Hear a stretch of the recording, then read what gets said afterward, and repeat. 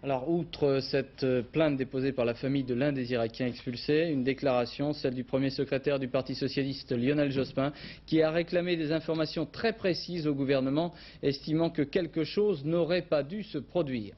Sur le principe même de ces procédures d'expulsion, sur la loi qui le régit d'octobre 81, Thierry Colmette a interrogé Maître Jean-Pierre Mignard. Oui, c'est une mauvaise loi et d'ailleurs le ministre de l'Intérieur le reconnaît dans sa dépêche.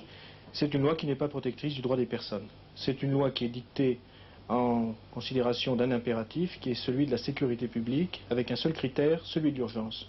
Ce qui fait que le travail des avocats est rendu à peu près impossible et qu'il faut aller vite, très vite. C'est donc une mauvaise loi. En quoi est-elle une mauvaise loi précisément?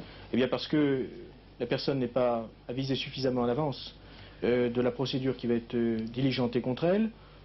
L'avocat n'a à peu près le temps de rien faire, ni de rien dire.